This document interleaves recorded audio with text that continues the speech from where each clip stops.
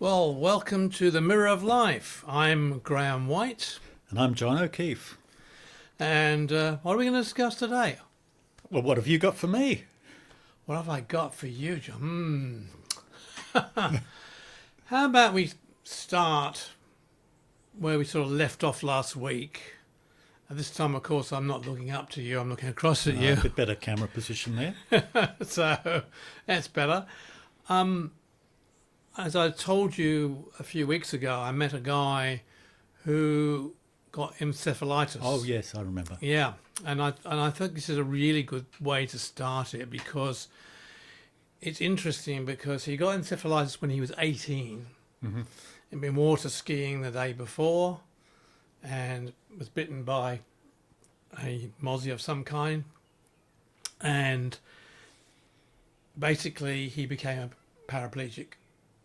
His whole body function stopped, and he lost all memory before he was 18. So basically, it wiped out everything before he was 18. So he was relearning his life. Mm-hmm. And the reason I bring this up is that all of us are really people who have been conditioned in our life through circumstances that happened to us. So we've learned this behaviour of what's gone on. So what happened there was his behaviour up to 18 had disappeared.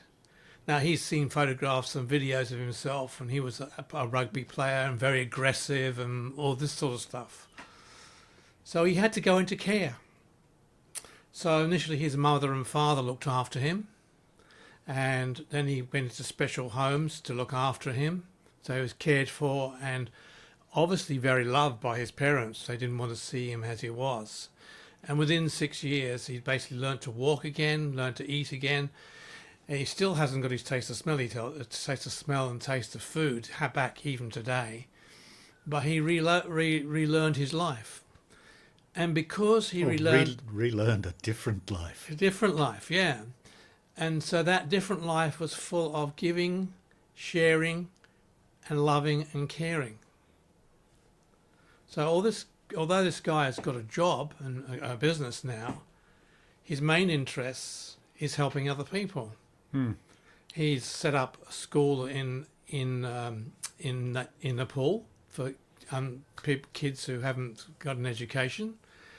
His first thing he did was he looked at society as it was here in Australia and realised there was a lot of younger people in nursing homes who had mental conditions that shouldn't be there, and found places for them to live.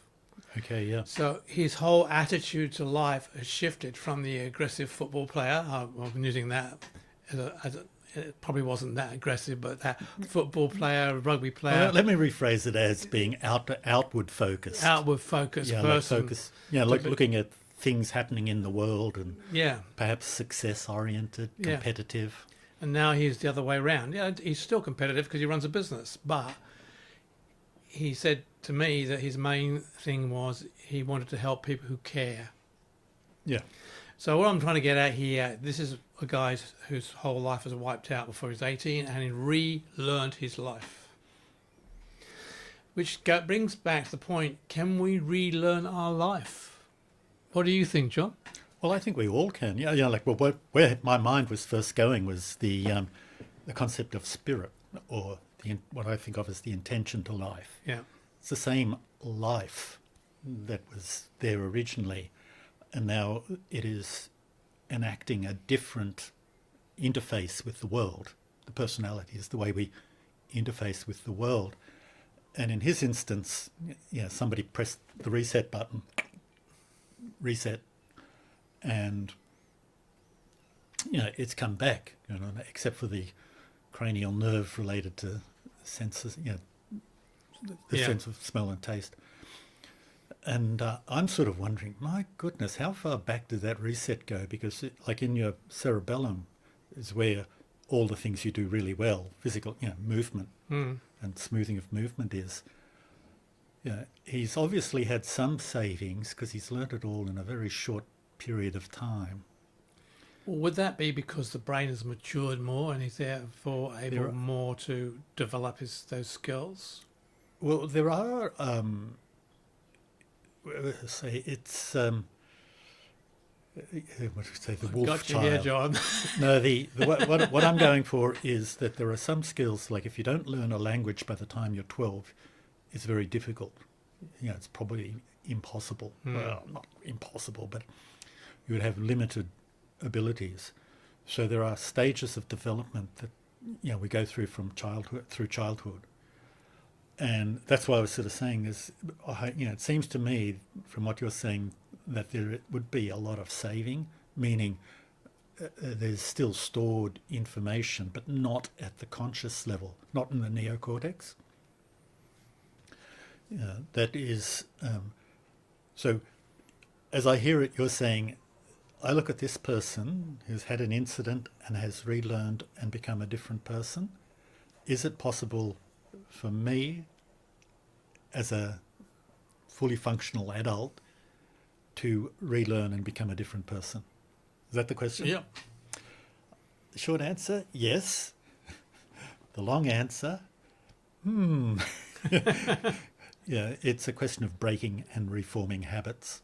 And it's also about having the knowledge to do it, because we mostly, if you don't have the knowledge, you can't change yourself. You have to understand processes, for example, perhaps to be able to do that. Well, the first thing is, you know, self-study. You know, there's a Sanskrit word for it, which I've totally forgotten. But I think in those ancient Greek philosophers, you know, above all things, know thyself. Yeah. And it is, you know, it's a matter of self-reflection. What do I do because I think it's right? Self-awareness, really. Yeah. You know, like you need to have the self-awareness to know where you're making choices. So the first thing I think you need to do is be able to you need to get to a stage mentally where you say, look, I'm not happy with who I am. What drives me? What makes me who I am today? And then you need to perhaps watch, for want of a word, watch your thoughts, because they are the key, and follow them where they go to and where they come from. Because they come from your subconscious mind. Call that the motivation. The motivation. So why do I react that way to that person, or why do I get angry with this? What is the causal effect of that? Why did I get there? Do I need this? Is the next question. Yeah, it's things like you can say two things. Like one is what's going wrong. Yeah, do I have relationships that keep failing? For example,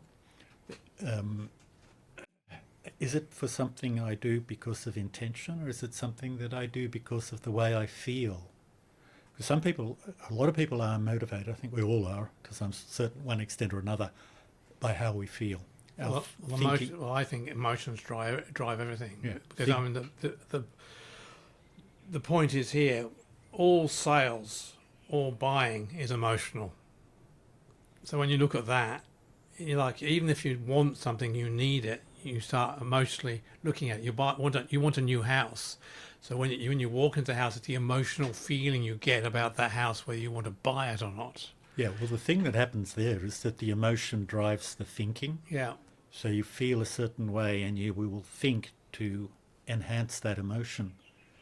Yeah. But on the other hand as well, is that thinking can drive the emotion or reduce it.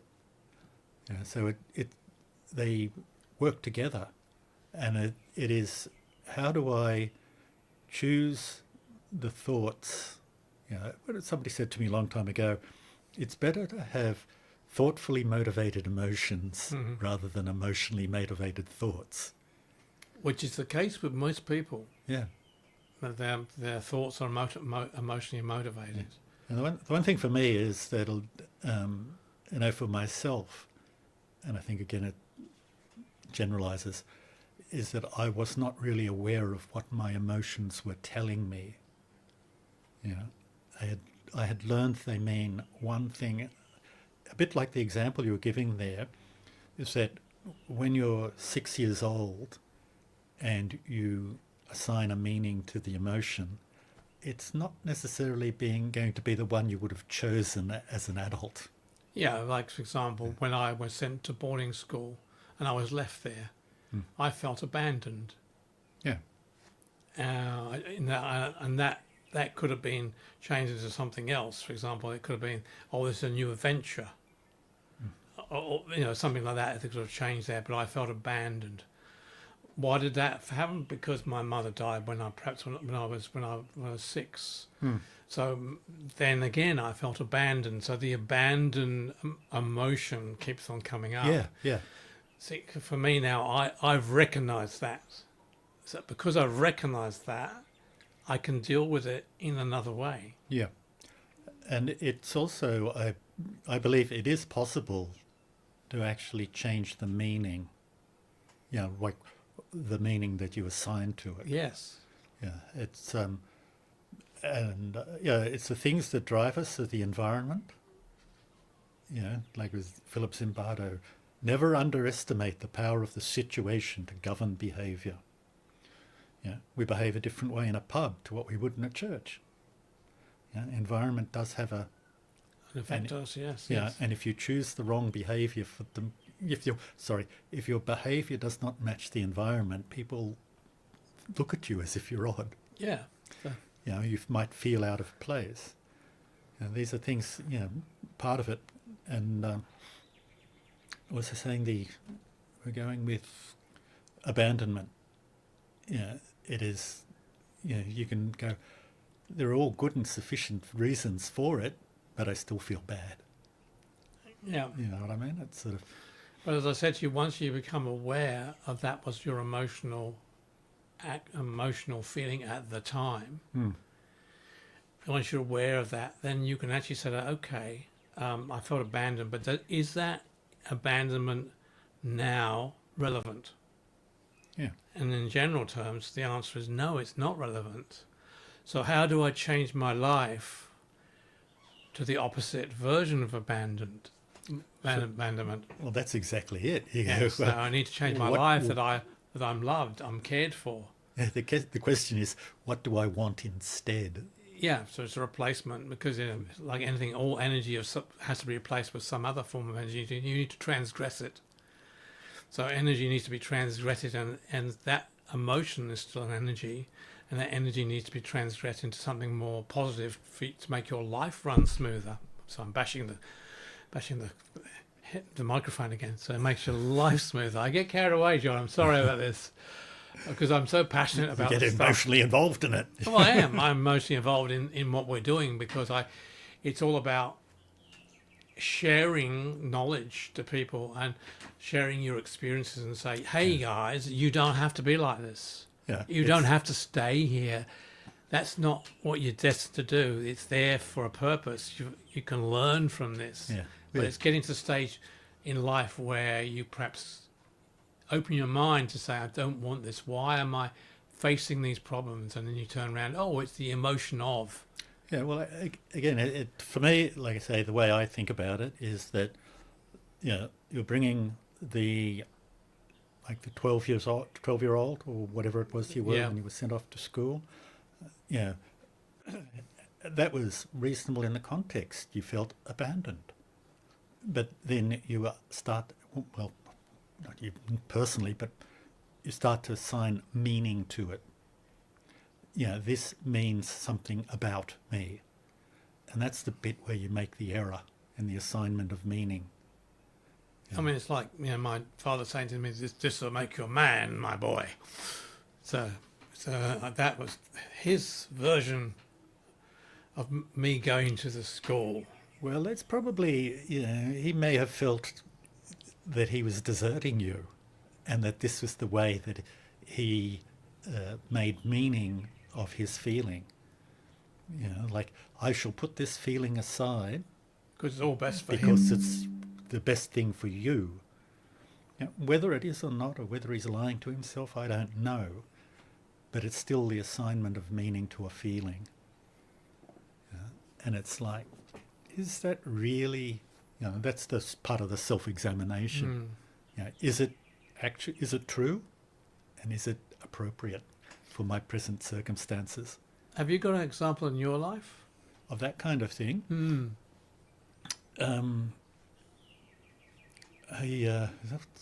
Your life is perfect, John. I'm sorry. I can't think of anything absolutely clear. The one thing that has struck me recently, and partly because of the kind of things we've been talking about, is that I feel I don't have enough joy in my life. It's not that I'm unhappy. I'm fairly neutral most of the time. But occasionally, playing the guitar and that, and singing, and I go, wow, that was really good. And it's sort of gone, hey, I would like to feel that way more often. Well, joy perhaps should come from things. I actually can buy this guitar and play this guitar. I'm in a position I'm allowed to do that. But the because that brings you to gratitude, which is another whole subject. Yeah, but you see, the thing is, I'm technically competent. Yeah. In pretty much everything I do. I'm technically competent, and it's I enjoy learning things. It's like I'm curious. It motivates me. Well, it's the journey. It's the journey that counts. The end goal really is just the pinnacle. Yeah. So the journey is the most exciting part of anything, in my opinion. Yep. When I was running businesses, it was getting to the goal I'd set myself, which was the exciting part. Yeah. When you turned the corner and you'd done something you wanted to do, and said, "Wow, I've got there. I'm almost there." And then you get there, and wow, I managed to do that. That's fantastic.